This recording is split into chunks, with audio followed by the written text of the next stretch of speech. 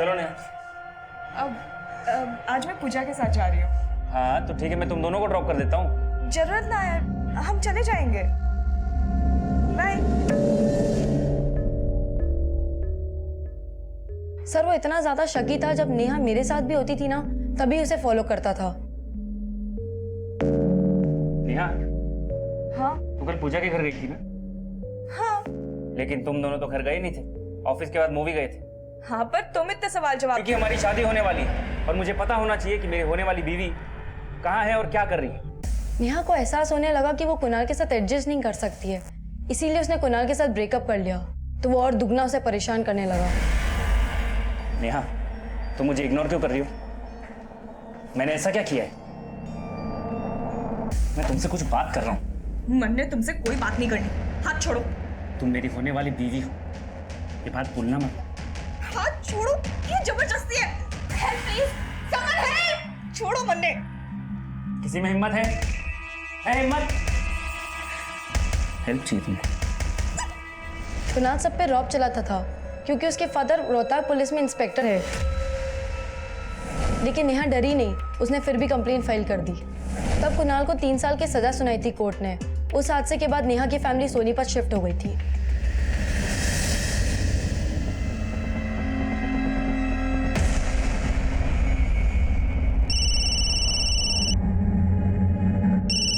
Hello Sajjan Singh ji, मैं inspector Adil Khan बोल रहा हूँ, कोहाना पुलिस स्टेशन से।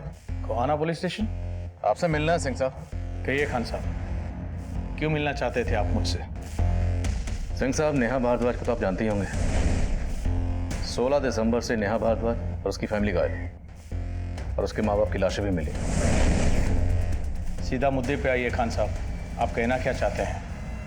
अब आप खुद पुलिस वाले हैं, मुद्दा तो समझ ही गए होंगे। दरअसल हम उन लोगों से मिलने हैं जिनका नेहा और उसकी फैमिली को गायब करने या कत्ल करने के पीछे कोई मोटिव रहा। खान साहब, आप ये कहना चाहते हैं कि नेहा और उसके परिवार को मारने और गायब करने के पीछे मेरे पास भी कोई मोटिव है, क्योंकि नेहा और उसके बाप ने मेरे बेटे कुणाल को जेल भिजवा दिया था? ऐसा नहीं है क्या? गलत इंसान पर उंगली उठा रहे हैं खान साहब आप। एक बात ज़रूर साफ करना चाहूँगा, मेरे बेटे कुणाल से गलती हुई थी, लेकिन वो गलती बातचीत से सुलझाई जा सकती थी। कुणाल को ऐसा करने का कोई मौका नहीं दिया गया।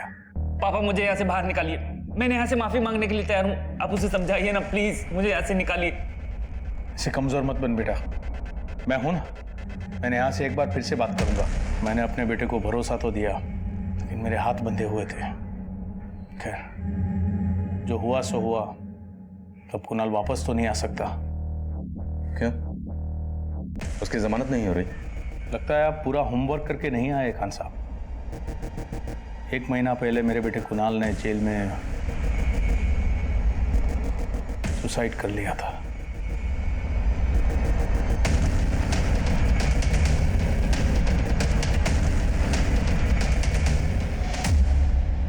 मैंने अपने बेटे कुणाल को हमेशा हमेशा के लिए खो दिया। रही बात नेहा और उसके परिवार वालों की, तो पिछले 1 साल से मैं उनके टच में नहीं हूं। आप आपकी ड्यूटी कर सकते हैं, लेकिन आपको कुछ मिलेगा नहीं।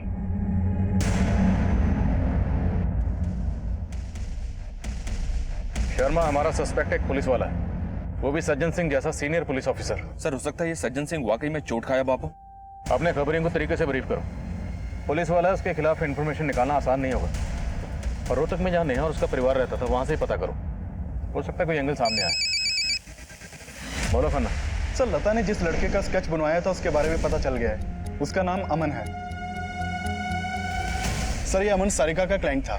सर, 6 महीने पहले तक सारिका एक chit fund company Cheryl enterprises में जॉब करती थी, लेकिन ये 1 नंबर की फ्रॉड कंपनी निकली। कई तरह की लुभावनी स्कीम्स थी इनकी, जैसे 3 महीने तक 5000 रुपये जमा करो और 6 महीने में बाइक ले जाओ, लेकिन सब फर्जी सर। इस अमन ने भी इसी तरह की एक स्कीम में पैसा इन्वेस्ट किया था, लेकिन जब ये कंपनी भाग निकली तो अपना पैसा निकलवाने के लिए सारिका को धमकियां भी दे रहा था, और कुछ दिन पहले इसने काफी बड़ा बवाल भी किया था। तू सही जवाब नहीं दे रही यार। 15,000 डूबा है मेरा। तो मेरी भी तो 3 महीने की सैलरी लेके भाग गई ना। देख, मैंने तुझे पैसा दिया तो मुझे मेरा पैसा चाहिए। तो मैं कहां से वापस देख, 3 महीने लगातार पैसा दिया, देख लेके तो रहूंगा मैं। साड़ा लड़की के पैसे छीनता है। देख लूंगा तुझे, मैं छोड़ूंगा नहीं। रहता कहाँ है अमन? सर, समालखा में। बुलाओ इसे। सर, सर जी मैं मानूं मैं सारिका से पैसे मांग रहा था, लेकिन सर उसी के कहने पे मैंने उसकी कंपनी में पैसे लगाए थे और सर बाद में बोली कि कंपनी भाग गई। अब सर आप ही बताओ सर मन ने कुकर भरोसा होगा कि वो उस फ्रॉड में ना मिली थी। तुझे लगता है सारिका ने तेरे साथ फ्रॉड किया, इसलिए तूने उसकी बहनों को गायब कर दिया और माँ बाप को? एक मिनट साहब, आपके पास कोई सबूत है मैंने ये सब किया? ओए हीरो, तूने सरे बाजार सारिका का पर्स छीनने की कोशिश की थी, ये सबूत बहुत है तुझे अंदर रखने के लिए। सिंह सबूत दो जरा इसको। साहब मैंने कुछ नहीं किया साहब। सोनी मेरे 15,000 पे लेके भाग गई थी साहब। उसकी कंपनी नहीं सर, वो लड़की भी एक नंबर की फ्रॉड है। सब मोटरसाइकिल देने का वादा किया था सर, एक साइकिल तक नहीं दी। सब मैंने कुछ नहीं किया साहब, बिल्कुल कुछ नहीं किया। प्लीज मुझे छोड़ दो साहब, प्लीज छोड़ दो साहब मुझे। सर अमन का मोटे पैसे को तो नजर नहीं आ रहा है, क्योंकि अगर उसने घर के सब लोगों को गायब किया है तो वो 7 लाख कैश भी गायब करता। शर्मा, हो सकता है अमन को इस बात का इल्म ही ना हो कि घर में 7 लाख कैश पड़ा हो। सारिका फ्रॉड कंपनी में काम करती थी जिसमें अमन का पैसा डूबा, तो जाहिर सी बात है जिस तरह अमन का पैसा डूबा कई और लोगों का पैसा भी डूबा होगा, और उन लोगों के लिए बदला लेने का ये स्ट्रॉन्ग मोटिव। वरना सर रहमान की क्या खबर है? सर हम लोग रहमान की माँ फरीदा पे नजर बनाए हुए हैं। हमने नोटिस किया कि वो अक्सर पड़ोसियों के घर में जाती है और काफी देर बाद वहां से वापस आती है। फरीदा जिन पड़ोसियों के घर पे जाती है उनके फोन नंबर भी सर्विलेंस पे डालो। हो सकता है फरीदा इन पड़ोसियों के नंबर से अपने बेटे रहमान को कॉल करती है। सर धीरे धीरे रे माना, धीरे सब कुछ होए। हाँ, माली सींचे 100 घड़ा, ऋतु आए फल होए। बोल। माली सींचे 100 घड़ा। रोका तो हो गया था, लेकिन वो क्या है ना कि शेखर के घर वालों ने 10 लाख रुपया दहेज की मांग कर दी थी और रमेश जी ठहरे उसूलों वाले दहेज के कारण रिश्ता तोड़े हैं। वो ये ना समझे कि आजकल के जमाने में तो ये सब चले हैं। लेकिन तुम चिंता मत करो, मैं अलग से पैसों का इंतजाम कर रही हूँ। मैं रमेश जी को बताए बिना शेखर के घर वालों को पैसे दे दूंगी। लेकिन आंटी, आप इतने पैसों का इंतजाम कैसे करेंगी? आप कहे तो मैं आपकी कुछ मदद कर दूं? सर उसके बाद मैंने ममता आंटी को 7 लाख रुपए दिए थे और ये बात रमेश अंकल को पता चल गई थी, इसीलिए वो सारिका की मम्मी से और सारिका से नाराज थे। तो मैं तो यही चाहता था कि मेरी और सारिका की शादी के पहले नेहा दी की शादी हो जाए, लेकिन शेखर ने अचानक से रिश्ता तोड़ दिया सर। मुझे क्या पता था कि उनके साथ ये सब हो जाएगा सर। तो सारिका का अच्छा दोस्त है ना? हाँ सर। तो दिव्या के बारे में भी जानता होगा? दिव्या? सारिका के दोस्त, याद आया या याद दिलाऊं? हाँ सर, सारिका ने बताया था एक बार कि उसकी कोई दोस्त है दिव्या करके। दिव्या के गायब होने में तेरा क्या लेना देना? सर मेरा क्या लेना देना होगा, मैं तो दिव्या से कभी मिला भी नहीं हूँ सर। ममता के साथ ये लड़का कौन? सब मुझे नहीं पता सर। मैं कमिन सर? सर मैंने दिव्या के कॉल रिकॉर्ड स्टडी किए। वो एक मुन्ना नाम के लड़के के काफी टच में थी। सर इस मुन्ना का फोन भी उसी वक्त बंद हुआ था जब दिव्या का फोन बंद हुआ था, और इस मुन्ना के बारे में मैंने पता किया और ये ड्रग पेडलिंग के चार्ज में अंदर भी हो चुका है। History sheeter? मतलब दिव्या एक हिस्ट्री शीटर के टच में थी। होना इस दिव्या का इस डबल मर्डर से कोई ना कोई ताल्लुक जरूर है, इसलिए गायब। सर एक और इंटरेस्टिंग बात पता चली है, ये दिव्या और मुन्ना इन दोनों का फोन अक्सर रोहतक में भी एक्टिव रहता था। रोहतक? सर कहीं दिव्या का सज्जन सिंह के साथ कुछ? हो सकता है दिव्या और मुन्ना को सज्जन सिंह ने कहीं छुपा कर रखा हो। किसी भी तरीके से दिव्या और मुन्ना को ढूंढ निकालो। अगर सज्जन सिंह इन्वॉल्व है तो खुद ब खुद सामने आएगा। सर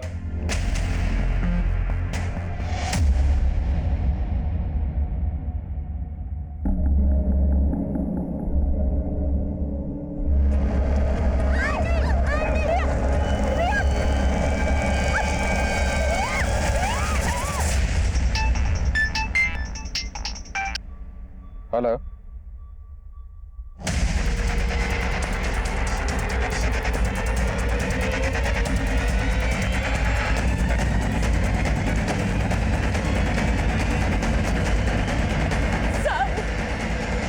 रिया को पकड़ के वैन में लेके गया साहब। मैं यहाँ से ही रिया को लेकर आ रही थी और उसने यहाँ पीछे से मुझे धक्का मारा, मैं यहाँ गिरी। उसकी वैन यही खड़ी थी, पहले से यही खड़ी थी साहब, और वो रिया को लेकर गया। आपने वैन का नंबर नोट किया? नहीं, वैन का नंबर तो नहीं देखा, लेकिन उसके वैन के पीछे एल लिखा था। शर्मा, वैसे तो सुनसान जगह, सीसीटीवी के चांसेस कम, फिर भी पता करो। अगर कोई सीसीटीवी है तो फुटेज निकलो। सर कितने लोग थे? वो अकेला ही था साहब। दिखने में कैसा था? उसका चेहरा ढका हुआ था कब्जे से।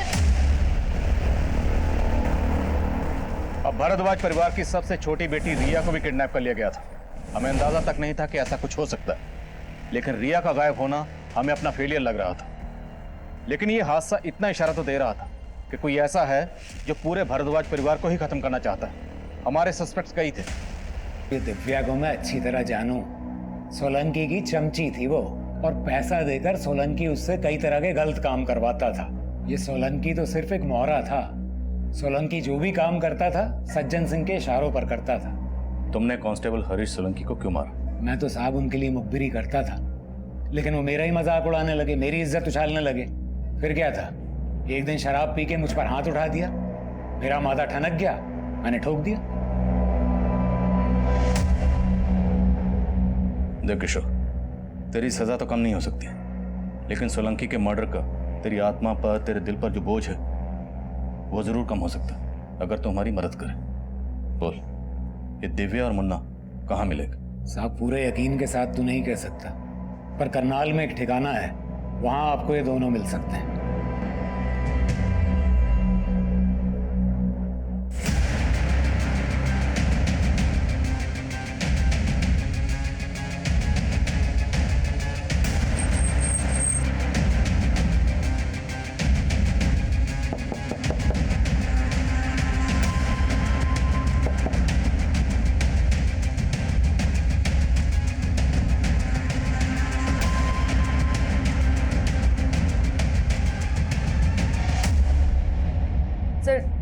सारिका के पेरेंट्स के मर्डर में और उसकी बहन नेहा का गायब होने में हमारा कोई हाथ नहीं है सर। तुम्हारा हाथ है या नहीं है, किशोर सब बक चुका है। सर वो जो भी बोल रहा है सर, झूठ बोल रहा है सर, हमने कुछ किया ही नहीं। ऐसा है, ये तो हम जानते हैं कि ये कांड तुमने और मुन्ना ने मिलकर किया, और वो भी सज्जन सिंह के कहने पर। अब हम सोच रहे हैं कि लड़की है, ऐसे ही बोल दे तो अच्छा है, या सेवा करें?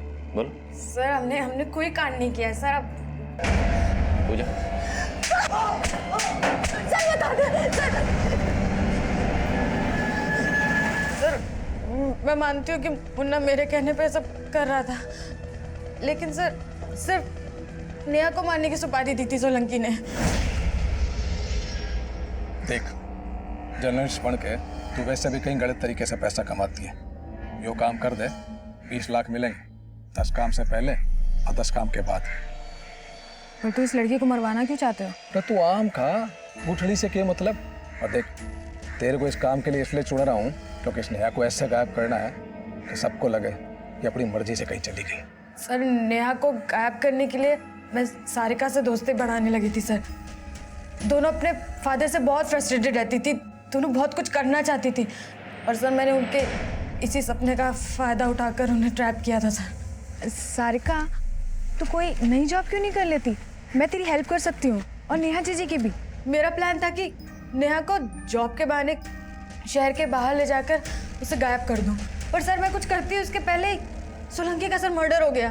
सर सोलंकी मर चुका था, मैं उसका काम करके फंसना नहीं चाहती थी सर। वो ऑलरेडी मुझे 10 लाख एडवांस दे चुका था, इसलिए मैं शांत हो गई। पर पता चला कि सर नेहा की तो पूरी फैमिली गायब हो गई है सर। इसमें हमारा कोई हाथ नहीं है सर, हमने कुछ नहीं किया। पर हो सकता है सर ये सब सज्जन सिंह ने ही करवाया हो, क्योंकि मुझे इस बात का हिंट है कि सोलंकी ने सज्जन सिंह के कहने पर ही मुझे सुपारी दी थी। आप एक क्रिमिनल पर भरोसा करके मुझ पर इल्जाम लगा रहे हो खान साहब? जानता था, आप खुद तो कबूल करेंगे नहीं, लेकिन याद रखना आप हमारी रडार पर हो, और वो दिन दूर नहीं जब हमारी अगली मुलाकात आपके थाने में नहीं, हमारे लॉकअप में होगी।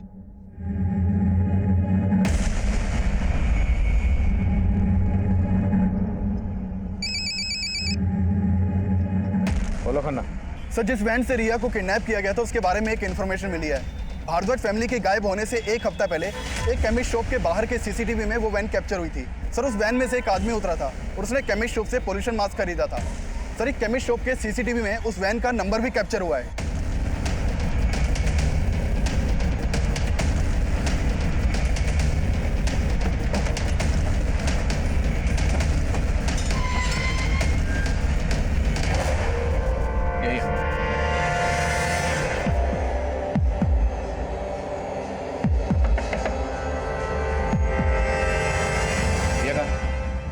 रिया कहाँ है?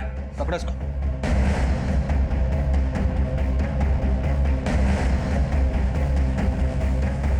अंदर नहीं है सर। सर बाहर भी कोई नहीं मिला। ओए, रिया कहाँ? बोल रिया कहाँ? बोल। बोल नहीं सकता, लेके बताएगा। चल।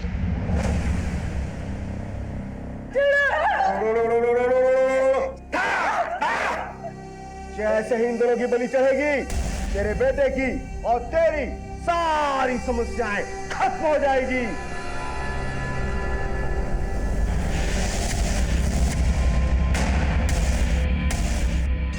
मैं बोल नहीं सकता, मेरा मौन व्रत है। मैं बोला तो मर जाऊंगा। बेटा तू नहीं बोलेगा ना, तब भी मरेगा। बोल बोल बोल, रिया कहाँ है? बोल। नेहा और सारिका के साथ क्या किया? बोल।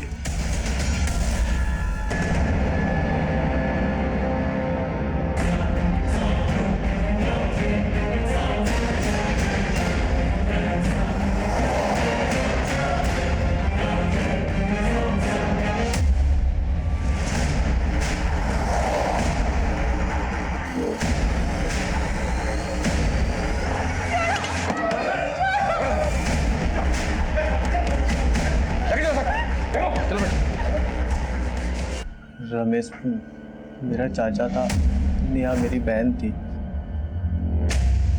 रमेश तुम्हारा चाचा और नेहा तुम्हारी सगी बहन? हाँ साहब, रमेश मेरा देवा एक उपाय बताया। तेरे पति की जानलेवा बीमारी और तुम्हारी गरीबी से अगर छुटकारा पाना है तो सिर्फ एक ही उपाय है। कौन सा उपाय बाबा जी? तुझे तेरी बेटी की बलि देनी होगी।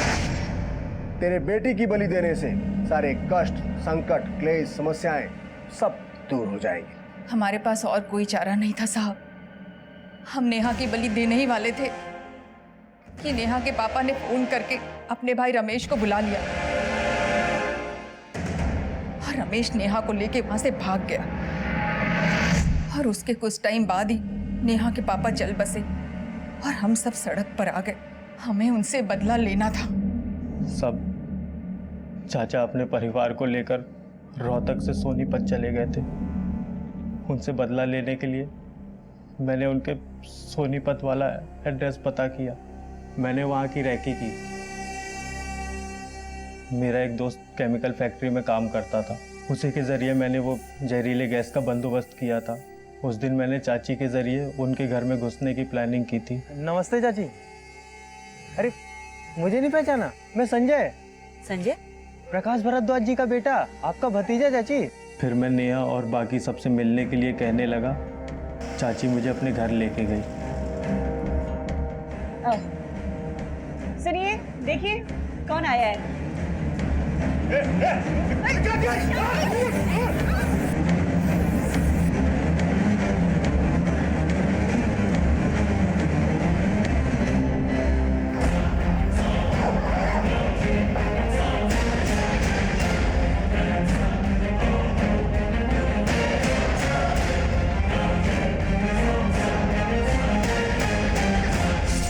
मैंने सबको मार दिया, लेकिन अपनी बहन नेहा को नहीं।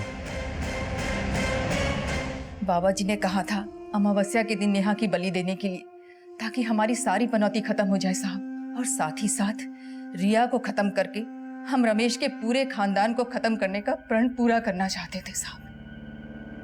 सब विधि के लिए मैंने 7 दिनों का मौन व्रत रखा था और आप आके आपने फिर से पनौती लगा दी साहब। अंधविश्वास और बदले की आग में ना तुम दोनों ने अपनी जिंदगी बर्बाद की, बल्कि अपने देवर तुमने अपने चाचा का घर भी उजाड़ दिया। अब सड़ो माँ बेटा इसी जेल में।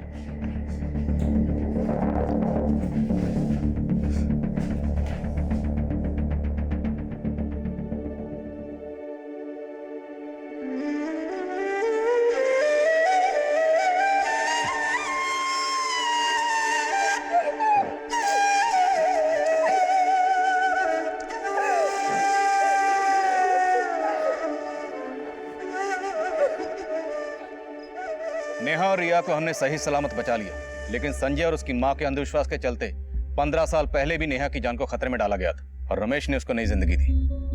पर ममता की एक भूल से पूरा परिवार बिखर गया ममता यह जानती थी कि जिस संजय को वो अपने घर लेकर जा रही थी उस संजय का परिवार रमेश से कितनी नफरत करता था, लेकिन ममता ने उनकी मंशा को भांपे बिना जुर्म की इस दस्तक को नजरअंदाज किया और नेहा और रिया फिर से अनाथ हो गए। वहीं तहकीकात के दौरान यह भी सामने आया कि कांस्टेबल हरीश सोलंकी ने सज्जन सिंह के कहने पर ही मुन्ना को नेहा की सुपारी दी थी, पर इसका कोई भी पुख्ता सबूत नहीं मिला जिससे सज्जन सिंह के खिलाफ कोई एक्शन लिया जा सके। अब मैं आदिल खान आपसे इजाजत लेता हूँ, आपसे फिर मुलाकात होगी एक और नए केस के साथ। तब तक देखते रहिए क्राइम पेट्रोल दस्तक, मकसद बताना नहीं। मैं बावड़ी पूछ जहाँ बोला था वहीं पर खड़ा हूँ। ये फोन में घुसा रहेगा, क्या होगा अभी? आ जल्दी से।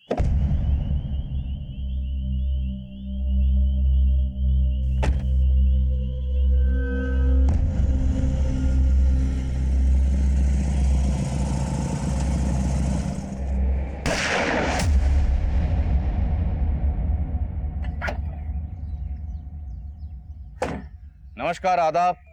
मैं inspector Adil Khan crime petrol Dastak में आपका स्वागत करता हूं। हम अक्सर आपसे जुर्म के पीछे छुपी किसी दस्तक की बात करते हैं, लेकिन हमारे इस केस में जुर्म का शिकार खुद एक पुलिस वाला हुआ था और इस केस का पैमाना बहुत बड़ा था। या को ऐसे गायब करना है कि सबको लगे कि अपनी मर्जी से कहीं चली गई।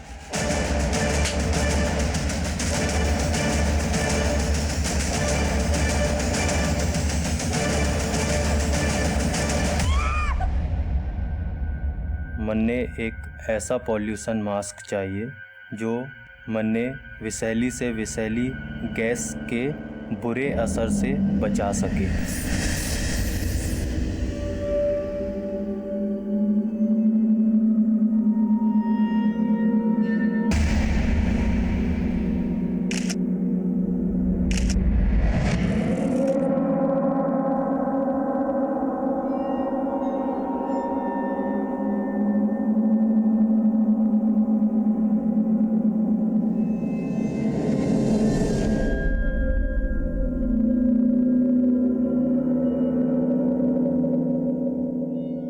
ना आज ना मिल पाऊँ। पापा आने वाले ना, कल ही देखते। बाबू फोन कर। किससे बात करने लग रही थी? पापा वो नेहा जीजी से। नेहा से बात करी थी या उस बावरे छोरे से? ना पापा, नेहा जीजी से कर रही थी। तो ये बता, नेहा कहाँ है? नेहा जीजी मार्केट गई से सामान लाने। अपने बाप से झूठ बोली है कि नेहा मार्केट गई से? एक कहोगे कि नेहा मार्केट में किसी छोरे के साथ है? हद है, आप अपनी छोरी पर भी विश्वास न करे हो। अरे भरोसा तो मैं तेरा भी ना करूं, जैसी झूठी तू है ना वैसे ही अपने बेटे को बना रही है।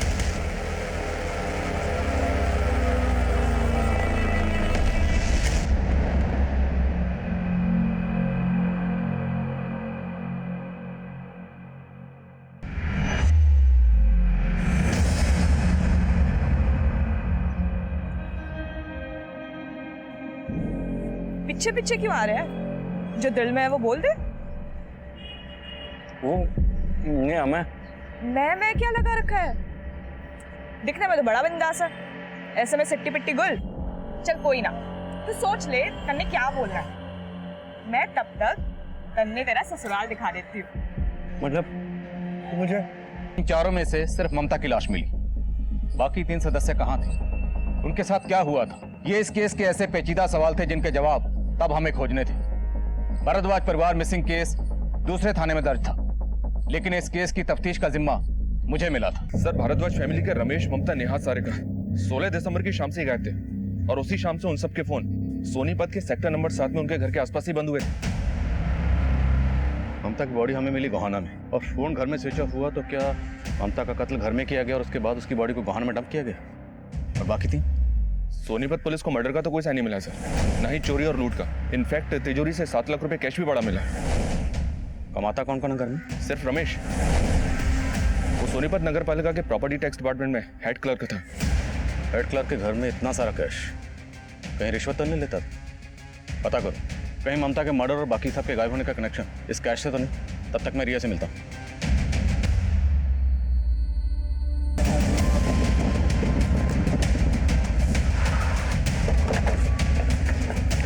सर ये घर है।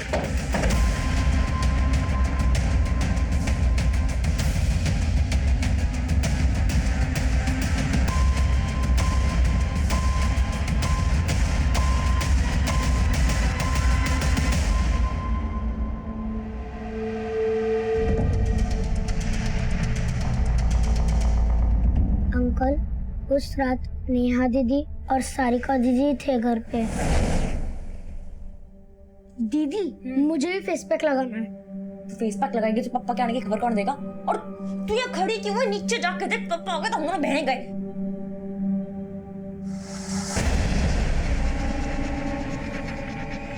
खबरदार, होशियार, दीदी पापा आ रहे हैं।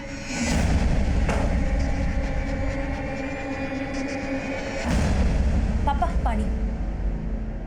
पापा चाय बना दूं? क्यों, तुम्हारी मम्मी तो नहीं होगी ना घर पे? हाँ पापा, वो मम्मी मार्केट। बस बस बस, मुझे सब मालूम है तुम्हारी मम्मी कहाँ गई होगी। पापा ऐसा कुछ ना है, और मम्मी ने ऐसा भी क्या कर दिया है कि आप ये सब बातें बोल रहे हो? यहाँ तुम बात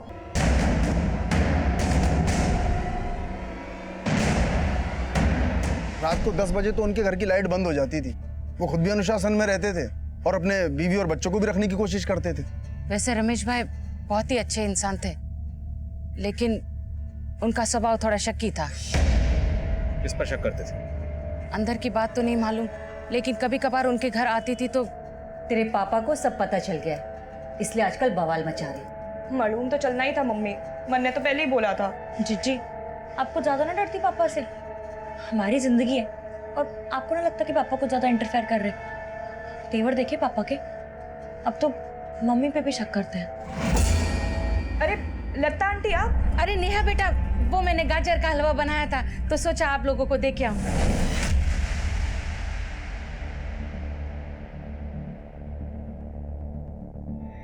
सर रमेश के ऑफिस में पता किया मैंने।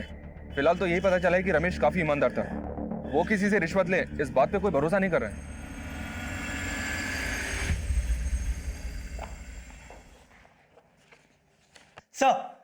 सर कांस्टेबल सोलंकी की वाइफ आई है। सर कल रात से सोलंकी जी से मेरी कोई बात नहीं हो पाई है। उनका फोन भी बंद आ रहा है, हमें लगा कि वो ड्यूटी पे होंगे। सोलंकी यहाँ से 11 बजे निकल चुका था। हम खुद हैरान है कि वो घर क्यों नहीं पहुंचा।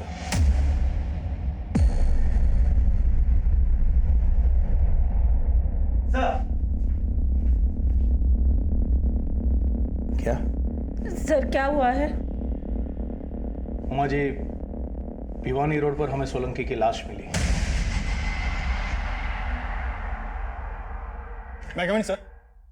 सर जिस रात भारद्वाज परिवार गायब हुआ था, उसी शाम रानी मार्केट के एक सीसीटीवी फुटेज में ममता एक लड़के के साथ कैप्चर हुई थी। सर उसकी फुटेज। सर इस लड़के का चेहरा साफ नहीं दिखाई दे रहा है, लेकिन इस सीसीटीवी फुटेज के आधे घंटे बाद पूरी भारद्वाज फैमिली का फोन बंद हो गया था। कौन है लड़का, कुछ पता चला? सर मैंने ममता के पड़ोसियों को इस लड़के की फोटो दिखाई, ना तो उन्होंने इसे पहचाना ना रिया ने। सर हमें पता चला था कि रमेश ममता के ऊपर शक करता था कि ऐसा तो नहीं कि ममता का इस लड़के के साथ अफेयर हो, इसीलिए वो इस लड़के से बाहर मिलती जुलती हो।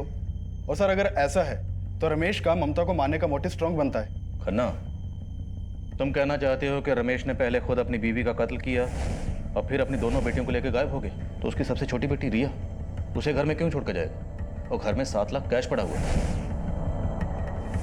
कहानी कुछ और है। ममता के कॉल रिकॉर्ड्स देखो, हो सकता है ममता के कॉल रिकॉर्ड्स में इस लड़के के बारे में कुछ पता चले।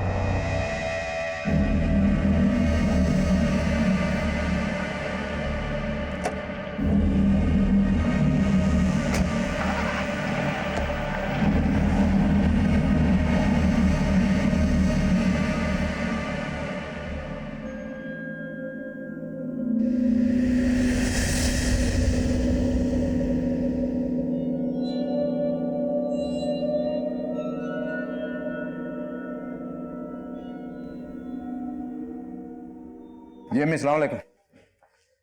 जी अम्मी मैं ठीक हूँ। जी जी जी खा लिया। आपने दवाई ली? अम्मी प्लीज, आप दवाई ले लिए करें वक्त पे। जी जी हाँ वो मैं। अच्छा मैं एक फ़ोन आ रहा है, मैं आपको बाद में बात करता हूँ। अल्लाह हाफिज़। बोलो शर्मा।